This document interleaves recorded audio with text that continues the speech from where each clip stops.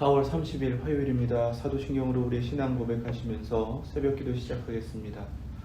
전능하사 천지를 만드신 하나님 아버지를 내가 믿사오며 그 외아들 우리 주 예수 그리스도를 믿사오니 이는 성령으로 잉태하사 동정녀 마리아에게 나시고 본디오 빌라도에게 고난을 받으사 십자가에 못 박혀 죽으시고 장사한 지 사흘 만에 죽은 자 가운데서 다시 살아나시며 하늘에 오르사 전능하신 하나님 우편에 앉아 계시다가 저리로서 산 자와 죽은 자를 심판하러 오시리라. 성령을 믿사오며 거룩한 공회와 성도가 서로 교통하는 것과 죄를 사하여 주시는 것과 몸이 다시 사는 것과 영원히 사는 것을 믿사옵나이다. 아멘. 찬송 450장 찬송 드리겠습니다.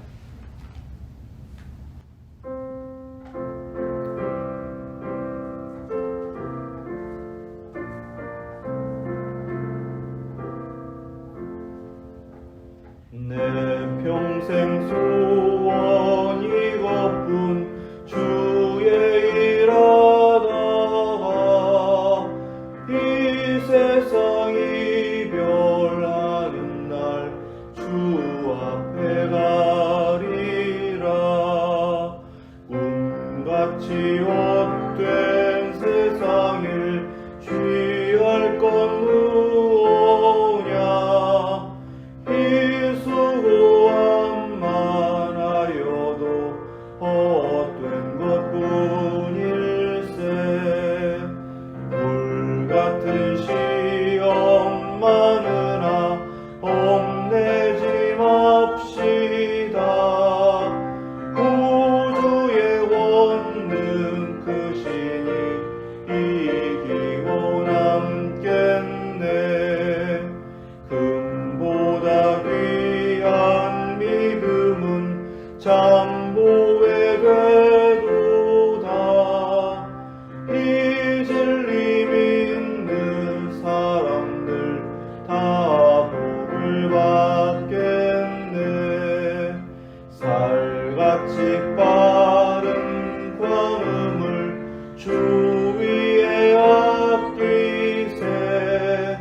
온 몸과 마음을 바치고 힘써서 일하세. 아멘. 아멘. 오늘 주신 말씀은 창세기 50장 14절에서 26절까지 말씀, 마지막 부분 말씀을 다 함께 읽도록 하겠습니다. 창세기 50장 14절에서 26절 말씀입니다. 제가 가진 성경은 구약성경 81페이지 창세기 50장 14절에서 26절 말씀, 하나님의 말씀 믿음으로 함께 받겠습니다. 요셉이 아버지를 장사한 후 자기 형제와 호상꾼과 함께 애굽으로 돌아왔더라.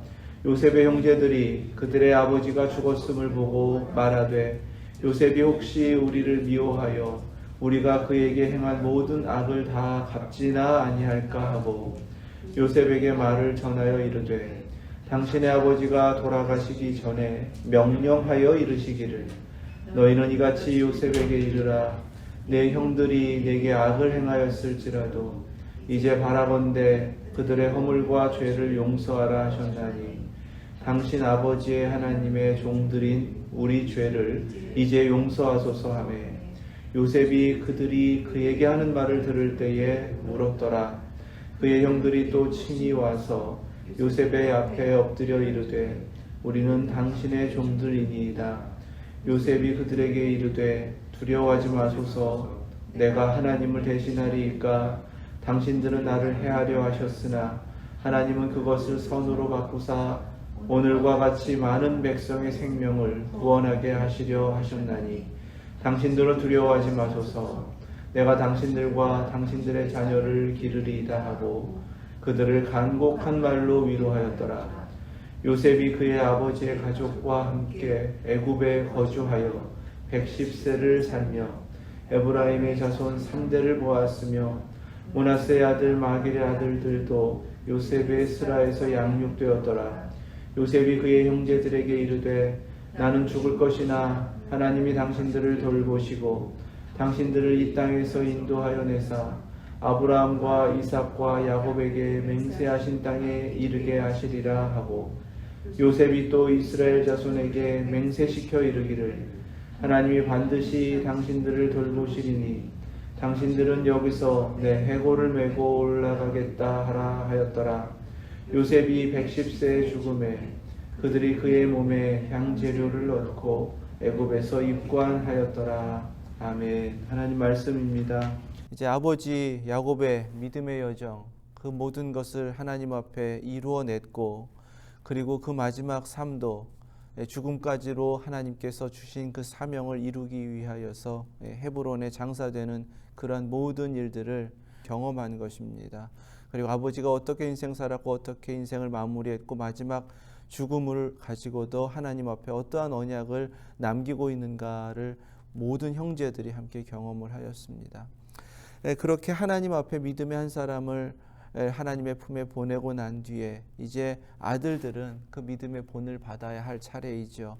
아버지가 떠난 그 자리에 다시금 돌아와서 그 사명의 일들을 이어가는 모습을 보게 됩니다. 14절에서 애굽으로 돌아왔더라 하는 말씀은 다른 것이 아니라 아버지가 남겨놓은 사명의 자리, 이제 하나님의 뜻을 이루어가야 할 그들에게 남겨질 그 믿음의 유산을 그들이 물려받았다. 그 자리로 돌아왔다. 거기로부터 그 사명을 이어가야 한다라는 말씀을 주시는 것입니다. 15절에 요셉의 형제들이 이어가야 할 그 사명자의 모습으로는 너무나 부끄러운 모습을 보여주는 것을 성경은 증거합니다. 그들의 아버지가 죽었음을 보고 말하되 요셉이 혹시 우리를 미워하여 우리가 그에게 행한 모든 악을 다 갚지나 아니할까 하고, 이미 17년을 애굽에서 함께 살았고 어떠한 모습으로 요셉이 섬겨왔는지 그들에게 베풀어 왔는지를 겪었는데도 여전히 그들은 요셉을 두려워하는 걸 볼 수가 있습니다. 이 모습이 무엇인가? 이것이 죄책감입니다. 실체는 없지만 자신들의 죄로 인하여서 과거의 기억을 안고 사는 것이고, 그 기억으로 인하여서 사탄은 끊임없이 우리를 약점을 잡은 것처럼 계속해서 걸려 넘어지게 만드는 것, 그 틈이 바로 이 죄책감이라는 거예요. 죄책감은 때때로는 사람을 아주 괴롭게, 죽을 만큼 고통스럽게 궁지로 몰아넣기도 합니다. 많은 분들이 이 죄책감으로 인하여 해결되지 않은 그런 보이지 않는 영적인 아픔을 겪는 것들을 볼 수가 있어요. 요셉의 형제들은 과거에 매여 있었고 여전히 미래를 두려움으로 볼 수밖에 없다. 이런 모습 속에서 요셉에게 그렇게 말을 전하죠. 16절에 당신의 아버지가 돌아가시기 전에 명령하여 이르시기를 하면서 자신들에게 마치 남겨놓은 다른 유언, 요셉이 알지 못하는 유언이 있는 것처럼 그렇게 말해요. 자신들은 항상 야곱을 돌보며 고센 땅에 함께 살아왔다라는 것이죠. 그래서 이렇게 자신들이 이야기할 수 있는지 모르겠지만 야곱과 요셉의 관계는 우리가 48장에서 묵상했던 것처럼 그런 관계가 아니었습니다. 그리고 야곱은 당연히 요셉에게 내려야 할 명령이라면 직접 내렸겠죠. 그런데도 자신들의 두려움으로 인하여 또 옛 습관, 그 잘못된 거짓됨이 드러나고 또 그 모습으로 요셉 앞에 뻔뻔하게 서게 되는 것입니다. 그들의 허물과 죄를 용서하라. 이미 용서한 야곱, 용서한 요셉에게 왜 또 용서하란 말을 했겠습니까? 이것은 그래서 사실이 아니라고 우리가 깨달을 수가 있는 거예요. 아버지를 거의 죽음의 고통까지 몰아넣었던 그 치명적인 잘못을 저질렀다라는 것을 형들이 깨달았는가? 그러면 그 야곱 앞에 엎드려서 자신들의 죄악됨을 그렇게 엎드려서 용서를 구하면서 회개를 하였는가, 참회를 하였는가? 성경에서 그런 모습 증거하지 않잖아요. 왜 그런가? 야곱은 그러지 않아도 자신의 아들들을 용서하며 품고 여기까지 왔고 평생을 그렇게 살았다라는 것을 성경은 말씀하고 있는 거죠.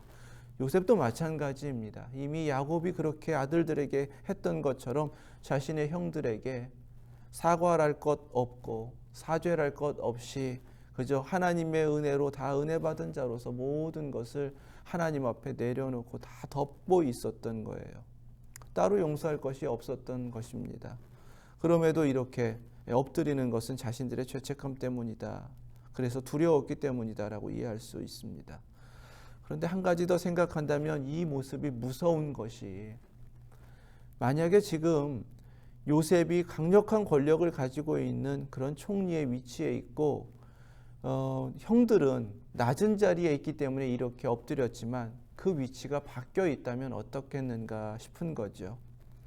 요셉의 형들이 아주 강력한 힘을 가지고 있는 위치에 있는데 자신들이 과거에 잘못한 것이 있고 나약한 모습으로 요셉이 있었다면, 그러면 그 형들은 이렇게 요셉한테 두려움에 떨면서 사죄하는 모습일까? 아니면은 다른 모습으로 자신들의 죄악됨을, 그 거짓을 감추면서 요셉을 또다시 해하려고 할까? 이렇게 생각할 수가 있는 부분입니다.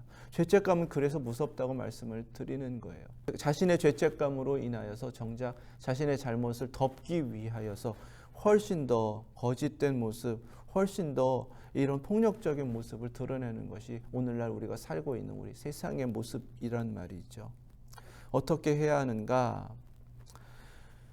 이 모든 모습들을 겪으면서 요셉은 사실 분했을 거예요. 그리고 답답했을 겁니다. 가슴도 아팠을 거예요. 그런데 요셉의 취한 행동, 하나님께서 어떤 은혜를 주셨는가? 울었다, 이렇게 말씀하시죠. 성경 울었다. 요셉은 다시금 옵니다. 총리의 위치에서 형들이 지금 자신 앞에서 두려워가지고 벌벌 떨면서 그런 모습으로, 거짓된 모습으로 일관하고 있는데 요셉은 그 형들의 모습을 보면서 또 울었습니다. 왜 울었을까? 그가 고백한 대로 하나님의 마음을 품고 있었기 때문입니다. 내가 하나님을 대신하리이까? 이것은 철저하게 하나님 앞에 선자로서 지금도 살고 있다라는 것이죠. 하나님의 마음을 품고 있는 사람입니다. 그러니까 이 모습을 보면서 하나님께서 어떠셨을까? 이미 하나님은 용서하셨고 여기까지 살아오게 하셨고 야곱의 그 모습을 통하여 귀한 언약의 사명을 성취할 수 있도록 그 사명을 주셨는데도 불구하고 이런 모습으로 하나님 앞에, 사람 앞에 서 있는 형들을 보면서 얼마나 가슴 아프셨을까? 요셉은 그 마음을 품고서 이렇게 울었던 것입니다.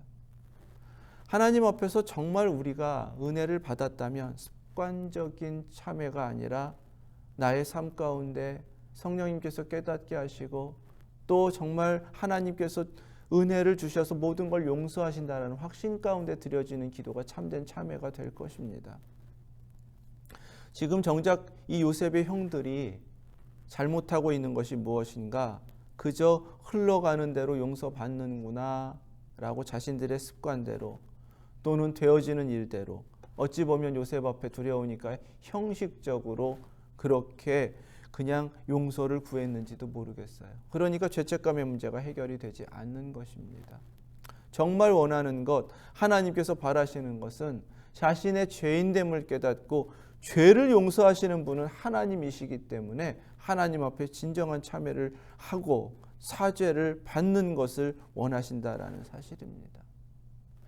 하나님이 이미 용서하셨죠. 그 하나님의 은혜를 알았기 때문에 야곱도 다 용서했습니다. 그리고 떠난 거예요. 요셉은 당연히 다 용서했습니다. 용서하지 않으면 17년을 이렇게 살았겠냐는 말이죠. 용서를 다 베풀었음에도 불구하고 여전히 용서받지 못한 죄가 있다. 그 죄로 인하여서 두려움을 갖고 있다. 이것이 참 어리석고 너무나 불쌍한 모습이다라는 것입니다. 만약에 우리의 모습 가운데 이런 모습들이 계속 반복된다면, 진정한 참회는 이루어지지 않고 어떠한 상황이 벌어질 때마다 두려움을 겪게 되고 해결되지 않은 죄책감을 안고 살고 누군가에게 아픔을 자꾸만 주고 상처를 내고 있다면 아마도 또 다른 예수 그리스도의 십자가 위에서의 그 눈물을 또 흘리시도록 만드는 그러한 죄악이 될 수도 있다라는 것입니다. 진정한 참회는 하나님을 두려워하고 하나님 앞에 엎드려야 하는 것입니다. 요셉은 그래서 19절에서 내가 하나님을 대신하리이까라고 단호하게 형들에게 증거하는 것을 볼 수가 있습니다. 우리가 정말 하나님 앞에서 그 은혜를 받았다면 요셉과 같은 모습으로 설 수 있어야 된다라는 것을 또한 성경은 증거하고 있는 거예요. 하나님 앞에 그 크신 은혜, 용서함을 받았다면 하나님께서 이루어 가시는 대로 자기 자신을 다 내어놓고 하나님 앞에 맡기는 자가 되어야 한다. 그리고 자신의 신앙의 여정 가운데 하나님께서 어떻게 이루셨는지 하나님의 역사를 분명하게 기록하고 기억하면서 여전히 남겨진 자신의 삶을 하나님께 맡기는 자가 되어야 한다. 이렇게 성경은 가르치고 깨닫게 하십니다. 20절 말씀이에요. 당신들은 나를 해하려 하였으나. 알아요. 요셉도 알고 있습니다. 그것 때문에 많이 울었어요. 그리고 형들 다시 만났을 때도 그렇게 문득문득 복받쳐 오르는 눈물을 참을 수가 없었습니다. 하지만 하나님께서 다 이루어 주셨고 갚아주신다라는 그 은혜를 받았고 다른 건 몰라도 하나님 나와 함께 하신다는 확신이 있었더니 모든 것이 용서할 수 있었고 또 하나님께서 선으로 바꾸시기에 하나님께 맡길 수 있었다라는 사실을 그는 삶을 통해 경험했고 그 확신 속에 설 수 있었다라는 사실입니다. 하나님 그것을 원하시는 거예요. 하나님은 그것을 선으로 바꾸사 우리의 삶 가운데 하나님께서 하나님을 믿고 의지하며 하나님 앞에 맡길 때 하나님은 다 모든 것을 하나님의 선으로 바꾸시는 하나님이신 줄로 믿습니다. 그러니까 우리에게 맡기라고 하는 거예요. 어떠한 상황 가운데서 나의 죄악됨을 깨닫게 되었어도 그것도 하나님께 맡겨야 된다는 거예요. 왜 그런가요? 나의 죄악을 하나님께서 예수 그리스도의 십자가의 보혈로 하나님의 선으로 바꿔주시는 줄로 믿습니다. 용서하시고 모든 것을 십자가로 담당하셨기 때문에 하나님만이 죽음도 생명으로 바꾸셨고 모든 죄악도 용서하시며 다시금 선으로 회복되어 하나님의 목적을 이루어갈 수 있도록 우리를 치유하시고 온전케 하여 주시는 줄 믿습니다. 오늘과 같이 많은 백성의 생명을 구원하게 하시려 하셨나니 무엇인가요? 요셉은 그냥 자신에게 겪었던 일을 하나님께서 나에게 이렇게 갚아주시는구나 라고 깨닫고 멈춘 것이 아니라 하나님의 목적 때문이구나 라고 분명하게 하나님의 목적을 깨달은 자였습니다. 왜 그렇게 하시는가? 하나님의 목적 때문이다라는 사실입니다. 지금도 우리에게 하나님께서 계획을 가지고 계시기 때문에 그 계획을 가지고 이루어 가시면서 하나님의 목적을 향하여 끊임없이 이루어 가신다. 이 확신 가운데 서시고 그렇기에 당면한 여러 가지 어려움이나 현실 속에서 물러나지 말고 굴복하지 말고 하나님을 더욱 의지하며 일어서서 승리하실 수 있기를 주님의 이름으로 축원합니다. 그리고 21절 말씀 보세요. 당신들 두려워하지 마소서. 내가 당신들과 당신들의 자녀를 기르리이다 하고 그들을 간곡한 말로 위로하였더라. 요셉이 지금 형들한테 간곡한 말로 위로하는 거예요. 무슨 모습인가요? 또다시 형들 앞에 자신을 낮추는 겁니다. 형들이 저렇게 어리석게도 혼자 무서워하고 혼자 의심하고 믿지 않고 용서받은 은혜도 받지 못하고 베풀어진 은혜를 받지 못하는 건 믿지 못하기 때문이거든요. 하나님 믿지 않으니까 이런 모습이 나오는 거예요. 요셉이 왜 그들 앞에 간곡한 말로 위로하였는가? 믿음 잃어버리면 다 소용없기 때문입니다. 하나님 믿으라는 거예요. 그리고 아버지 야곱이 보여줬던 마지막 그의 인생 가운데 하나님께서 만들어 놓으신 가장 아름다운 모습, 모든 것을 낮추고 축복하는 자로서 겸손하게 하나님의 부름을 받았기에 요셉은 그 믿음을 그대로 본받고 있다는 것입니다. 겸손이 지혜이다. 여전히 해결되지 않은 형들의 그 죄악된 모습을 다른 것으로 하지 않고 하나님 믿으십시다. 우리 모두 하나님 앞에 선 자입니다. 하나님이 다 바꾸십니다. 하나님 앞에 우리가 선을 행하는 자로 서야 됩니다. 하나님은 우리를 통해 백성들의 생명을 구원하길 원하십니다. 하나님의 목적은 생명에 있습니다. 그리고 자신은 그냥 납작 엎드려서 형들 위로하는 것입니다. 우리에게 무엇을 요구하시는가? 겸손이에요. 겸손. 그때마다 교회가 세상 앞에서 더욱 낮아지고 하나님 앞에 모든 것을 맡길 때 하나님은 그 자리에서 약속하신 선으로 약속하신 생명으로 역사하시며 잃어버린 샬롬을 분명하게 회복하여 주실 줄로 믿습니다. 그리고 후반부에 요셉의 죽음으로 창세기는 마무리가 됩니다. 110세 살았어요. 그렇게 하나님 앞에서 허락된 인생을 더 살았습니다. 그가 이제 죽음을 앞두고 있을 때에 자신의 형제들에게 남기는 유언이 바로 24절입니다. 나는 죽을 것이나 하나님이 당신들을 돌보시고 축복합니다. 아버지가 했던 것처럼 요셉도 축복합니다. 하나님께서 회복하여 주셨고 이제는 형들이 자신을 의심하기보다는 그 긴 시간을 함께 살면서 모든 것이 회복된 모습이기에 요셉은 아버지처럼 아름답게 축복하는 모습으로 인생을 마무리하고 있다는 거예요. 하나님이 당신들을 돌보시고 마지막 순간까지 그의 입술에서는 하나님이 살아계십니다. 하나님께서 이루어 가십니다라고 하나님 증거하는 모습입니다. 이것을 하나님이 기뻐하시는 것이죠. 당신들을 이 땅에서 인도하여 내사 아브라함과 이삭과 야곱에게 맹세하신 땅에 이르게 하시리라. 여전히 예언자로서의 사명을 감당하고 언약을 품고서 살아왔고 죽음 앞에서도 마지막까지 언약을 성취하기 위해 증거하고 있는 모습입니다. 그는 죽음 앞에서도 여전히 내일을 향하고 있다라는 사실이죠.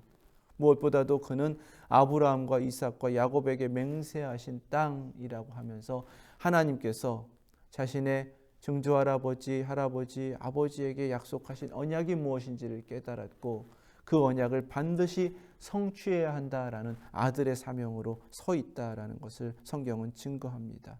하나님께서 이것을 원하시는 거예요. 평생을 그렇게 한결같이 살고 마지막 순간까지도 잊지 않고 하나님의 목적이 무엇인지, 하나님께서 약속하신 것이 무엇인지 그 약속 붙잡고 하나님 앞에 마지막 순간까지 증거하며 살으라고 말씀을 주시는 겁니다. 25절에 간절함이 있죠. 하나님이 반드시 당신들을 돌보시리니 당신들은 여기서 내 해골을 메고 올라가겠다 하라. 요셉은 총리로, 애굽의 총리로 살았습니다. 애굽 사람들의 풍습대로 그렇게 장사 지내게 될 것입니다. 언제 이곳에서 자신의 후손들이 떠나게 될지 몰라요. 하나님의 언약이 언제 성취될지는 몰라요. 하지만 이제 죽음을 앞둔 그는 애굽에 묻힐 수밖에 없는 그러한 상황이었습니다. 그렇게 뼈라도 약속하신 땅에 묻히는 것이 어떠한 의미가 있었길래 이렇게까지 하려고 했을까입니다. 다른 형제들에게서는 볼 수 없는 것을 성경은 증거하고 계세요. 야곱처럼 요셉이 자신의 언약의 땅에 자신은 묻혀야 합니다라고 유언을 남길 때에는 어찌 보면 성경에서는 그가 장자의 사명을 감당했기에 장자의 이 특권을 이렇게 누리게 하시는 것이다. 하나님이 이렇게 갚아주시는 것이다 라는 것을 증거하는 말씀일 수가 있습니다. 그러나 이것이 그렇게 의미가 있을까? 자신은 죽었는데 어제도 묵상했지만 믿음의 사람들은 죽음이 죽음으로 끝나지 않는다. 하나님께서 영생을 살게 하셨기 때문에 그 죽음의 자리에서도 하나님의 목적이 이루어지는 삶으로 맞춰야 하고 또 그 모든 것이 하나님의 뜻 가운데 맞춰져야 정말 마무리가 되는 것이다 라고 묵상을 하였습니다. 요셉은 야곱처럼 그 사명을 그렇게 또 이루어가겠다라는 거예요. 야곱은 헤브론으로 가서 이정표로 우뚝 섰습니다. 표대처럼 서 있는 거죠. 요셉은 자신의 죽음으로 애굽 땅에 묻혔지만 이곳에서 그곳으로 가야 한다라고 가리키는 또 다른 이정표의 사명을 감당하려고 하는 것입니다. 내 해골이라도 메고 올라가라. 이렇게 유언을 남김으로 그렇게 이루어간 것입니다. 이 모습을 히브리서 11장 22절에서는 믿음으로 요셉은 임종시에 이스라엘 자손들이 떠날 것을 말하고 또 자기 뼈를 위하여 명하였으며 이렇게 증거하고 계십니다. 즉 내일을 바라보고 있고 하나님께서 반드시 언약을 이루어 주실 거다라는 확신 가운데서 자신의 죽음으로도 증거하고 있다라는 사실입니다. 실질적으로 이 간절함은 출애굽을 하는 이스라엘 백성들, 그의 유골은 모세의 손에 들려서 출애굽하는 백성들의 모습 가운데 그렇게 그대로 성취되고 있음을 보게 하고, 또 여호수아 24장에서는 그의 유골이 그에게 남겨진 기업, 아버지가 친히 세겜 땅을 주었는데 그 세겜 땅에 묻히는 것을 성경에서 증거하고 있습니다. 그렇게 이루어지는 것이 끝인가? 그런데 성경은 그렇게 끝나지가 않아요. 요셉의 이름이 등장하는 곳이 바로 요한계시록 7장입니다.